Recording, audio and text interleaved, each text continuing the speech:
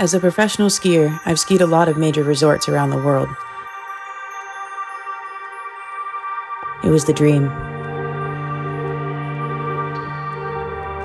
But chasing the best terrain turned into finding the longest lift lines.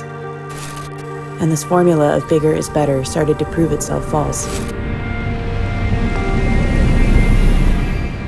And the heart of skiing seemed to vanish.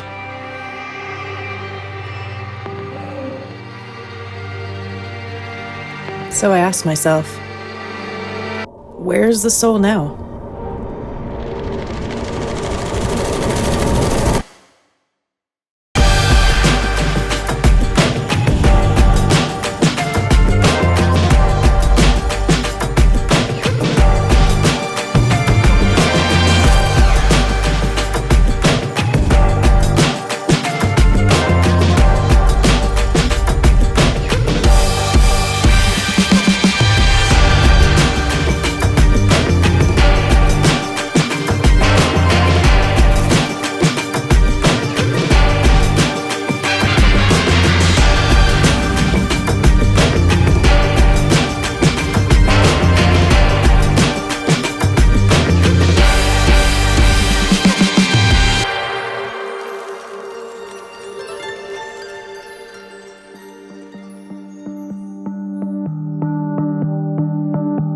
I remember going back to my home mountain of Brundage and feeling like myself again. I quickly realized that the soul I was missing was hidden away in the small ski communities that raised me.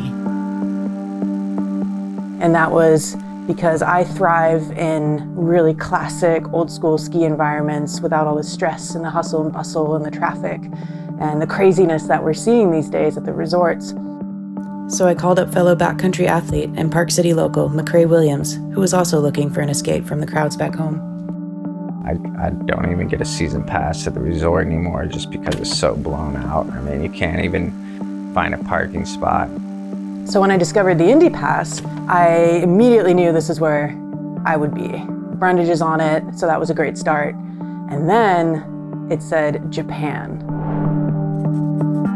Japan's resorts were no stranger to crowds, but nestled in the remote region of Tohoku were a handful of independent resorts, mostly untouched by Western skiers.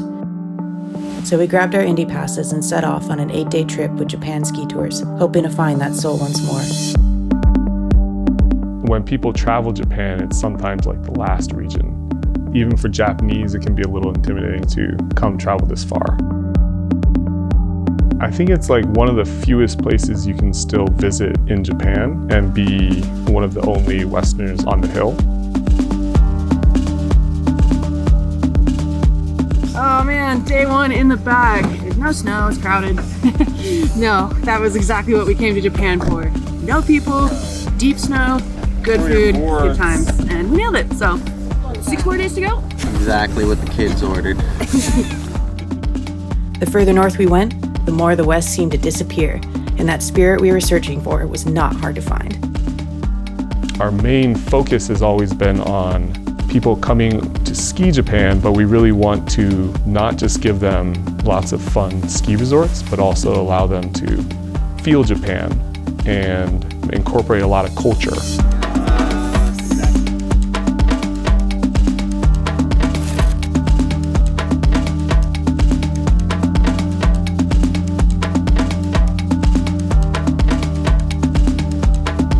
The locals welcomed us with open arms.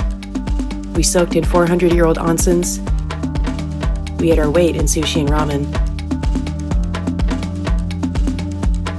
And smiled the entire time.